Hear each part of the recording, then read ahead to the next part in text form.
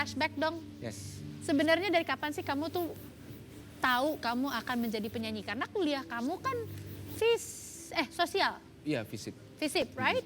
Terus tiba-tiba sekarang menjadi penyanyi itu gimana? Sebenarnya ada dulu band dari SMP, band-bandan lah. Oke. Ya kan? Kayak mobil-mobilan gitu, bukan mobil beneran. Jadi ada Mobil-mobilan, band-bandan. 1x1, gimana? Ya itu. Ada band-bandan, bukan band beneran. SMP, SMA juga ada band-bandan. Terus kuliah ini pas ngampus, bikin band juga sama teman-teman. Oke. Itu asal-muasalnya FIS, itu salah satu FIS. proyek aku yang lain. Sampai album pertama itu sebenarnya masih kerja waktu itu aku dulu. Oke. Masih sambil kerja. Cuman tiba-tiba suatu hari ada satu materinya FIS, mini albumnya meledak, gede banget. Di momen itu udah beda tempat kerja sama sebelumnya, cuman kerja di label musik orang lain. Terus waktu itu aku mikir kayak, dikira zaman dulu harus pindah ke bidang yang mirip-mirip, mungkin biar waktunya lebih leluasa buat ngerjain musik sendiri. Cuman ternyata waktunya juga habis buat ngerjain musik orang. Ya. Jadi kenapa enggak? Ya udah akhirnya waktu itu aku mikir leap of faith aja. Nih harus bisa, nggak ada plan B soalnya gitu. Akhirnya cabut, bikin label sendiri, gedein band, tiba-tiba pas bikin karir solo iseng, meledak juga. And the rest is history, jadi kayak gini sekarang sih. So, how do you divide the time between Feast and Hindia? Dan Lomba Sihir sekarang ada 3 band. Iya, Lomba Siri. Siri. Lomba Siri. Dikunyah kali Lomba Siri. Ganti aja jadi Lomba Siri namanya. Bagus loh, bagus ya, royalty ya. Itu kan tradisi Indonesia loh. Iya. Ya, pakai kapur apa itu? Jangan Lomba tawa-tawa Siri. Terus ada merah-merahnya, ada kaleng dilepeh. Kebetulan soalnya manajemennya dan timnya itu satu. Jadi ya nggak pernah tabrakan. Untungnya ya selama karena ini. satu manajemen. Karena ya kadang-kadang mereka yang lebih tahu jadwal aku daripada aku sendiri. Jadi udah diatur gitu. Senin ini sama Fis, malamnya sama Lomba Sihir. Pagi besok Selasa Hindia ya. Gitu. Rabu ntar ada Lomba Sihir lagi, Kamis sama Fis segala macam. Jadi ya juggling aja. Tapi kan those three biasanya kan maksudnya itu semua harus memiliki karakter dong. Ya. Memisahkannya gimana? Membuat karakter Hindia, membuat karakter Lomba Sihir. Kan gue salah lagi ntar ngomongnya Sirih. Disebut lagi tetap sama Fis. Kalau Lomba Sihir itu lumayan gampang ya karena emang dia melting pot. Kawan-kawan semua dari berbagai proyek musik. Ya kebetulan kami kalau bikin lagu suka-suka sih. Nggak pernah mikirin kayak ini harus gimana. Ada satu misalnya kayak Rehan mau bikin apa, ya udah mangga bikin gitu. Drummer Enrico mau bikin apa, semua bikin. Jadi justru karena nggak terlalu dipikirin, warnanya keluar sendiri karena aku di situ. Tadinya tuh memang Lomba Sihir itu band yang ada untuk ngiringin Hindia kalau manggung live. Yes. Cuman lama-lama karena aku tumbuh besar sama Fis, aku nggak suka format solo sebenarnya. Karena heavy liftingnya tuh di panggung tuh sendiri. Okay. Kan kalau maksudnya di depan 2.000-3.000 orang, mereka bayar tiket kan buat nonton lu gitu loh kasarnya. Yeah. Kalau ada band tuh bisa, kalau misalnya kita lagi aus pengen minum kayak dulu ngomong depan. Bisa lempar-lemparan gitu dan semakin dikenal membernya semakin mudah ngebawa aura panggungnya menurut aku ya. Jadi akhirnya ya udah kenapa nggak jadi band aja gitu. Dan dari awal udah kebentuk kayak punya prejudice dari awal kalau kita di sini bikin lagu no rules, nggak ada aturannya. Jadi Hindianya itu cuma 1/6 dari Lomba Sihir. Jadi bukan Lomba Sihir itu jadi pengiringnya Hindia, sekarang Hindi itu cuma member dari Lomba Sihir. Kebetulan cuman jalan solo juga gitu. Kalau Fis ya menurut aku sebenarnya kan manusia kan spektrum emosinya banyak ya. Maksudnya nggak setiap saat, menurut aku pribadi gitu dari kacamata aku, public figure itu quote unquote selalu jadi orang yang happy terus di panggung, nggak mungkin, nggak ada orang kayak gitu. Dan aku ada loh, aku ada dihadapin masalah juga yang oke, let's go. Mungkin ada orang yang kuat banget bisa kayak gitu, cuman itu kuat ya? Kuat, menurut aku kuat. Karena kita nge-repress kebutuhan psikis kita kan buat I never look at it that way. Buat be present aja buat untuk orang lain gitu menurut aku. Sedangkan aku mikir harusnya aku sebagai karyawan, aku nyebutnya karyawan karena karyawan kan orang berkarya kan sama aja kan. Karyawan-karyawati sama aja kayak seniman menurut aku sebutannya. Aku sebagai karyawan di panggung itu harusnya bisa bikin apapun dalam keadaan mood apapun.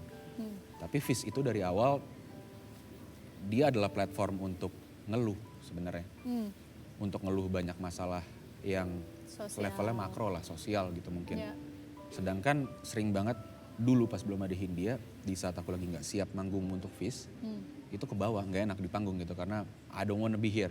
Kayak untuk naik di backstage di belakang aja tuh How do nggak you enak. Gitu. suppress that? Karena kan ya itu kan yang Nah bilang, itu kan termasuk dengan karakter dong. Dan akhirnya nggak aku suppress. Cara aku adalah ini bisa jadi sesuatu gitu. Lu yang lagi nggak mau ketemu orang, itu bisa jadi lagu. Yang supposedly di saat lu di panggung cuman mau nyanyi, nggak mau nyapa penonton, that could be something. Dan Hindia lahir akhirnya. Jadi ada dua. Yang kayak hahe ketawa gitu ada di Lomba Sihir, yang marah-marah gitu ya, nunjuk-nunjuk orang itu di Fish. Yang tenang itu Hindia, biar aku di dunia nyata bisa berfungsi normal 100% karena emosiku yang berlebih udah pindah ke banyak proyek lain. Kayak gitu. Sebenarnya Baskara ini yang mana? Tiga-tiganya. Karena nggak ada orang yang two dimensional di hidup menurut aku. Pasti orang punya, kadang-kadang kita kenal orang terus kita ngomong, gue baru tahu dia kayak gini tuh setelah 5 tahun loh ternyata gitu. Yeah. Layered kan, manusia itu layered, Right. kita itu kompleks. Yeah. Dan aku rasa Baskara itu tiga-tiganya. Tapi perlu waktu, yang kebetulan keluar duluan yang paling gampang, tip of the iceberg-nya yang marah-marah. Ada Fish gitu. Yeah. Ternyata abis emosinya hilang, ada sisi mellow-nya, keluar Hindia gitu. Yeah. Dan akhirnya di saat aku udah nyaman di panggung, udah bisa ketawa kayak hari-hari di atas panggung juga, bisa jadi penyanyi di Lomba Sihir juga. Kayak gitu. Gila, itu juggle loh, itu juggling Juggle banget sih. apalagi manggungnya sepadat itu dan bener-bener Monday sama siapa, Yes. let's say Tuesday sama siapa, Wednesday sama siapa. Tapi ya udah terbiasa sih akhirnya. Sekarang kayak In the beginning how do you do it? Karena kan banyak orang yang lagi masih berusaha, punya satu karakter aja dipegang teguh aja masih kayak kadang-kadang gitu. waktu itu sebenarnya Hindia tuh udah pengen dilahirkan tanda kutip tuh dari tahun jauh sebelum album pertama, jauh sebelum lagu pertama. Dan I was like this kind of people gitu awalnya. Nggak bisa, mau nyoba tapi nggak bisa, satu karakter aja belum jadi. Iya. Dan jadi pas aku rasa belum bisa ya jangan dipaksain, akhirnya keluar sendiri. Tapi 4 tahun kemudian gitu, aku ngerasa udah bisa berdamai dengan this side of myself yang bisa dibawa ke panggung. Dan kayak ya udah, maksudnya orang nyaman ngelihat itu gitu. Kayak apa namanya? Karena aku maksudnya walaupun menurut aku entertainer semuanya itu kerjaan mulia ya. Maksudnya kita nge-entertain orang itu Menghibur, iya. kurang mulia apa gitu. Orang lihat entertainer ada di panggung hari Jumat, dia lupa kalau Seninnya dia punya masalah, dia punya kredit utang, dia kerja segala macam. Dia gak kalah mulianya menurut aku sama dokter segala macam. Yep. Tapi aku punya consciousness dari awal sadar kalau aku nggak bisa jadi entertainer. Aku cuman bisa jadi ya membantu meluapkan orang punya perasaan ke udara aja kalau kata Sal Priadi, temanku, bojoku bilang begitu. Jadi aku ya emang ya pekerja seni aja. Karena aku nggak bisa jadi entertainer, aku harus punya banyak proyek yang di saat aku dalam keadaan apapun bisa ada yang tampil, bisa ada yang maju gitu. Oh kamu emang tipenya berarti emang nggak bisa diem aja, emang bener-bener yang Frantic, ya lumayan frantic gitu. Oh oke. Oh ya Pisces ya, forgot. Lufah ya. Tapi kembali lagi, Pisces dengan Piscesnya dia ini emang kreatif banget, tiba-tiba bisa loh bikin lagu ya. Itu dari tulisan di truk. Bisa. Itu pernah ngomong waktu itu di satu interview, terus ternyata apparently orang inget sama statement itu. Cuman bener itu berapa kali kayak gitu. Menurut saya nggak tahu, menurut aku tulisan-tulisan di toilet umum, di truk itu jujur loh Mbak. Itu jujur banget. Iya. Jujur banget. Karena orang nulis itu nggak mikir. Orang nulis itu dia tahu kayak, orang nulis di toilet umum gitu. Biasanya toilet kan gitu, siapa sayang sama siapa, jangan pernah tinggalkan Iya, aku. atau orang nulis di pohon, Iya, dikikis. Orang pakai pilox nulis di pinggir jalan. Iya. Mereka menulis dengan keadaan mereka tahu kalau nggak bakal ada orang yang tahu siapa yang nulis. Kecuali naruh nama kan. Correct. Jadi mereka jujur. Zaman sekarang susah kayak gitu di internet kecuali kita punya akun anonim ya, nggak mungkin gitu. Jadi tulisan-tulisan itu menurutku tulisan-tulisan yang paling jujur. Tapi kan oke, jujur iya, kreatif iya. Tapi siapa yang kepikiran untuk bikin lagu dari ada voice note? Itu whose idea was it? Iya, it was mine. Jadi awalnya aku nge-treat God, album aku tuh ini kayak kalau boleh dibelah nih ya, isi kepalanya apa sih? kosong, cuman ada monyet gini-gini doang. tahun berapa sih kamu lahirnya? 94. 94 tuh berarti bukan tahun monyet dong. Bukan. Oke, anyway. Sok-sok pengen nyamain. Anyway, terus? Apa namanya, tadi sampai mana ya? Ya kan kemana-mana pikirannya. Iya, exactly. Tapi itu tadi yang out of the box, yang bikin voice note, yang Oh, kamu iya. emang kemana-mana pikirannya. How do you came up with the voice note? Awalnya idenya tuh berusaha nge-treat album pertamaku di Hindia kayak novel. Jadi a song is a short story, cerpen. A mini album, an EP, itu kayak cerita pendek yang mungkin di hire sama majalahnya buat jalan dong 3 bulan gitu. Tapi album itu novel menurut aku. So ya banyak kan sekarang kita terbiasa dengan streaming, orang denger single doang gitu. Dan banyak yang bilang gue udah gak kuat denger album, capek. It's supposed to be tiring menurutku. Because it's a novel gitu. Gak ada orang baca novel kelar sehari terus dia masih kuat baca novel lain lagi di hari itu. Gak ada. Bahkan album aja yang bisa kelar sehari, kadang-kadang kita habis energinya kan. Mencoba mencerna apa yang ada di situ. Jadi aku berusaha nge-treat albumku itu ya beneran kayak novel. Ini harus ada benang merah yang kuat. Satu batu ke batu lain itu yang menandakan sesuatu di narasi itu jelas.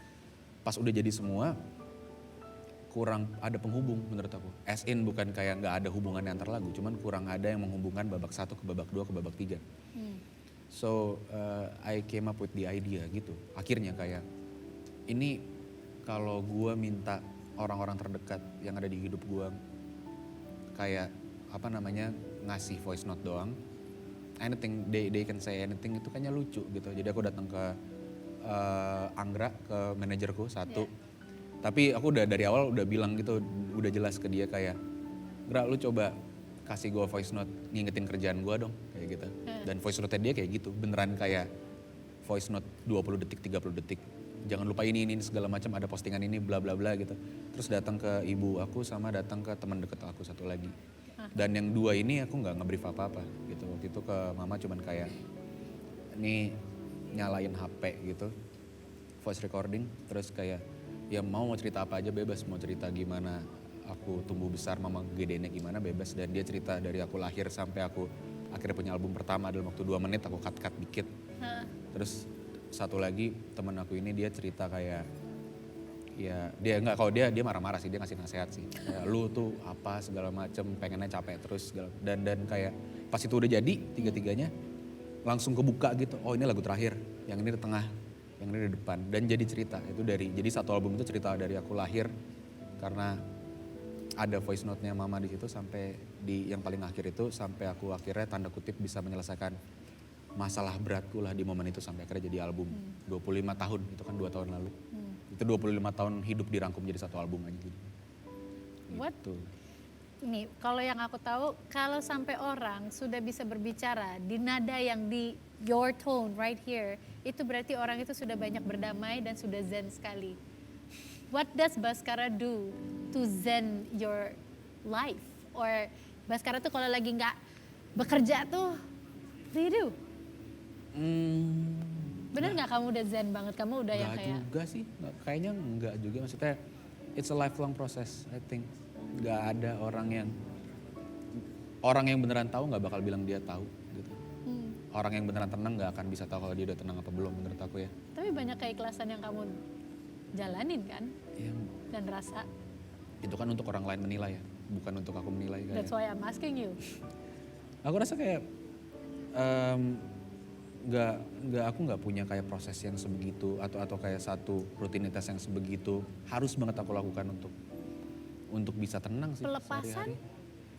Enggak, cuman ya maksudnya aku tuh seneng di rumah, benar-benar seneng di rumah. Nah, kalau lagi di rumah, lagi nggak ada job, yang pandemi kemarin deh. Iya, cuman ngurus kucing, di rumah ada banyak. Oh. Ya cuman jadi papa cat aja sama ya nonton dan baca gitu, nggak ngapa-ngapain. Baca apa? Baca buku apapun, aku suka fiksi dan non fiksi. Karena aku suka banyak dapat referensi itu untuk nulis, nggak dari lagu biasanya, cuman dari tontonan, dari bacaan gitu, dari film. Dan ya gitu aja sebenarnya, kayak the art of not doing anything aja gitu loh. Yes. Kayak nggak perlu terlalu dijadwalin harus ini harus itu gitu. Karena waktu itu mahal kan Kak, pasti. Yes. Waktu itu mahal. Yeah. Jadi aku seneng punya waktu untuk nggak ngapa-ngapain. Exactly. Karena itu Kita tuh kemarin 2 tahun kemarin tuh dijadiin orang kaya loh. iya benar. Orang kaya yang dikasih waktu bisa melihat dan meratapi dan merasakan banyak hal. Mikir lagi apa yang kita punya sekarang ini kita mau apa bukan menurut aku ya. 2 tahun kemarin banyak banget ternyata yang nggak perlu kan, clutter, akhirnya dibuang gitu. Dan ya 2 tahun ini ya pasti banyak banget resikonya dan tidak mengenakan buat banyak banget orang termasuk kita pasti. Cuman ya on the bright side kita dikasih waktu buat istirahat sebenarnya, dikasih waktu buat mikir. Berarti waktu kamu di rumah beristirahat, but you're still in touch with social media, no? Sempat ada berhentinya. Sempat Ada berhentinya lumayan kayak few months. Dulu aku orangnya begini, dulu aku kalau ngomong ceplas. Ada sesuatu yang aku bicarakan di interview beberapa tahun lalu jadi masalah waktu itu. Belajar Dan itu juga bukan masalah yang kayak aku punya pandangan yang firm sama berbagai macam hal. Ya. Yang kayak yang nggak bisa ini tuh salah itu tuh benar gitu. Cuman ini sesuatu yang menurut aku emang sebenarnya levelnya opini gitu. Yang ngomongin cuman perihal ngomongin kesenian doang gitu. Ya. Preferensi. Cuman ya waktu itu banyaklah hal-hal tidak mengenakan yang datang dari situ. Sampai ya it was getting overwhelming aja buat aku, sampai akhirnya aku off berhenti gitu. Dan akhirnya muncul berapa bulan kemudian aku bisa ikut bercandain itu gitu, kayak siapa itu anak kecil ngomongnya so tau banget gitu. Aku pun sekarang ngelihat video itu yang kayak bocah siapa sih kayak gitu. Cuman ya gitu sih, kemarin sempat ada off-nya. Ya. Tapi kan kembali lagi, social media it's not, sometimes it's angle kita melihat, sudut pandang kita kan. Sometimes itu bisa menjadi ya dua arah dua pisau gitu loh. It could be a good thing, it could be a very dangerous thing. Dia alat aja sebenarnya. Iya, tapi kan di satu sisi kamu juga pernah menggunakannya sebagai akhirnya hal yang very menolong. Ya dia platform sih, dia tool sih. Di saat yang dikatakan itu hal yang baik, ya pasti bisa ada dampak baiknya juga buat orang sebenarnya. Salah satu dampak baiknya adalah yang kamu mencoba menolong seorang tukang cukur. Oh iya, itu. Dan itu jadi viral sekali. Iya, it was my friend sih. Itu tukang cukur. Yang terkena dampak COVID. Iya, itu yang suka motongin rambut keluargaku biasanya. Datang weekend ke rumah. Iya. Pertama kali dengar kabar dia kena COVID, dikasih tahu papa mama gitu sama kakak di rumah, kayak serius ya, aduh semoga dia bismillah dia nggak kenapa-napa gitu. Tapi hari demi hari nggak ada kabar membaik sampai tiba-tiba dapat kabar aja gitu, kayak aku dipanggil di rumah, dek Ibel udah nggak ada. Oh kaget gitu, dan kayak ternyata pas dikulik itu orang-orang di rumah itu udah berusaha sebaik mungkin untuk nolongin dia, but gak ada, aksesnya gak ada. Waktu itu semuanya habis. Udah dicariin rumah sakit dari berapa hari, semua gak dapet. Dia minta, sedih banget sih bayanginnya, dia minta tolong di story, gak ada yang lihat. Dan itu yang aku omongin di internet kan, kayak dia maksudnya relatif ya, no one itu relatif kan. Tapi di mata media sosial yang semuanya diukur pakai angka, dia tuh no one. Siapa sih yang bakal lihat story-nya dia dan punya akses buat bantu dia di situ. Dan dia sedih aja ngeliatnya pas dia aku dapat kabar dia meninggal, story-nya Ibel tuh masih ada dari malam sebelumnya, dan dia masih ngepost dia udah nggak kuat ke depan kos-kosannya buat ngambil makanan dari order online gitu. Dan ya tentu pasti semua orang punya part dan kesalahan masing-masing selama pandemi ke belakang ya. Maksudnya kayaknya sedikit sekali yang benar-benar taat 100% gitu. Maksudnya to be frank, kalau kita mau sangat jujur-jujuran ngomong, kayaknya hampir nggak ada orang taat 100%. Aku juga ada salahnya, ada bandelnya juga gitu. Tapi for me it was very infuriating to see orang masih maksa keluar dan bikin acara diem-diem di saat ada orang kayak gini. Karena mungkin kalau lu sakit lu punya privilege ya buat sembuh. Gak semua orang punya privilege itu. Dan ya aku rasa kayak ya tangan kita kotor nih, ada darahnya buat orang-orang kayak Ibel kayak gini, itu salah kita juga sebenarnya gitu. Dan ya itu yang aku bicarain kemarin. ya sedih sih kalau bayangin Ibel masih sedih sampai Tapi kan maksudnya di satu sisi you tried and also sekarang makanya kamu juga mengangkat isu mengenai mental health juga. sekarang. Itu apakah ada sinkronisasinya dengan yang kejadian tadi atau what happened? Kenapa jadi isu mental health yang kamu Ya angkat? mungkin benang merahnya kalau kita cari benang merahnya, media sosial sebagai benang merahnya, kami di keluarga mencoba membantu Ibel via media sosial kan. Nyarinya juga semua via internet, via media sosial, kenalan kita di internet juga. Dan di satu sisi yang bersamaan itu kita bisa ngelihat itu media sosial sebagai platform atau tool yang baik, tapi di saat yang bersamaan kayak maksudnya, do you know how much of an impact that social media can cause ke orang yang diserang di media sosial gitu untuk kesehatan batinnya dia. Correct. Gede banget menurut aku gitu. Aku ngerasa kalau orang udah pernah diserang sekali di internet, dia nggak bakal nyerang orang di internet sama sekali. Ada yang gila sih sebenarnya, yang maksudnya ya Bodoh amat ya gitu ada-ada kan. aja, cuman ya aku first hand yang ngerasain kayak ya nggak tahu ya, masa kan kadang-kadang mulut orang pedes kan. Ada yang emang ngatain for the sake of mau ngatain aja, mau nyerang. Dia nggak suka kamu sama kena karyanya. juga? Sering. Aku lumayan sering kena. Oh. Ada yang emang beda pendapat, berantem gitu. Kamu attack apa kamu udahlah? Enggak di attack. Kalau misalnya aku berusaha ngerespon pun mencoba merespon sopan, cuman kayak selalu dampaknya adalah pasti dia dicari lagi salahnya dari kalimat barusan buat dilanjutin lagi, selalu kayak gitu. Dan persen aku udah ngerasain kayak gitu, yang gak enak digituin. Jadi jangan mau gituin orang. Kalau lu gak mau dilempar batu, jangan lempar batu lah kalau orang kasarnya gitu. Dan apa namanya, ya makin kesini penetrasi media sosial semakin kencang, menurut aku itu jadi sesuatu yang ya banyak banget yang bilang kalau sekarang semua anak muda bilang mereka apa namanya mentally ill segala macam. Ya mungkin kalau self diagnose salah ya, nggak boleh kan. Yes. Kita harus datang ke profesional buat tahu. Itu banyak sekali. Yes, once again self diagnose itu bukan berarti iya. Bukan berarti iya gitu. Iya. Ada alasan kenapa mereka yang disebut psikolog dan psikiater, karena mereka bisa diagnose apa. And datang ke psikolog dan psychiatrist itu bukan aib kok. Walaupun aku juga mengerti lagi-lagi ada faktor privilege, nggak semua orang bisa bayar, pasti, pasti itu. Cuman maksud aku kembali ke poin yang tadi adalah apa ya bahasanya ya? Ini semakin penetrasi media sosial semakin kencang dan banyak banget kan di internet yang nyinyir kayak ya anak muda sekarang mah dikit-dikit bilangnya mental ill segala macam. Buat aku nggak heran sih, maksudnya impact-nya media sosial ke kehidupan sehari-hari orang tuh gede banget gitu. Sekarang tuh untuk mendapatkan fulfillment susah karena kita bandingin diri kita sama hidup orang lain. And it's very easy to see kayak cuman jeda 4 story ada ngelihat oh ini orang lagi di Bali. Swipe lagi kayak oh ini orang dia bisa nginep di tempat kayak gini ya gitu. Swipe lagi tuh dia badannya lebih bagus dari gue, segala macam dia lebih bertalenta dari gue. Dan kita ngelihat itu. Kan Irina pernah ngeliat ini nggak, kalau di HP kan ada reportnya berapa jam pakai aplikasi apa kan. Oh, that is so scary. Itu adalah hal yang membuat tiap OS handphone yang baru sekarang bisa kayak gitu kan. Itu menyeramkan loh. Rata-rata orang 5 jam, 6 jam sehari. Could be more. Could be more. Ya, itu minimal. Yeah.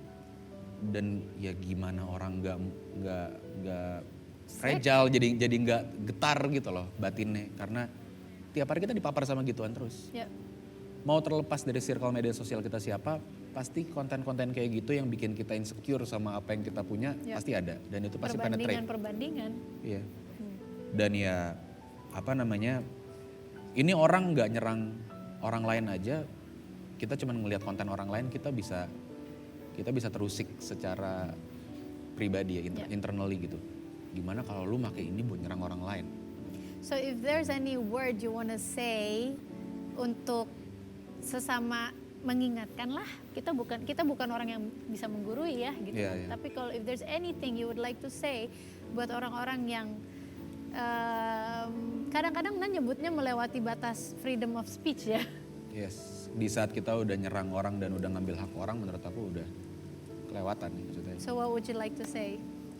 Yang pertama tadi yang paling jelas, kalau nggak mau lempar batu sama orang, jangan lempar batu ke orang lain gitu. Karena gak ada, dari kita semua gak ada yang suci lah.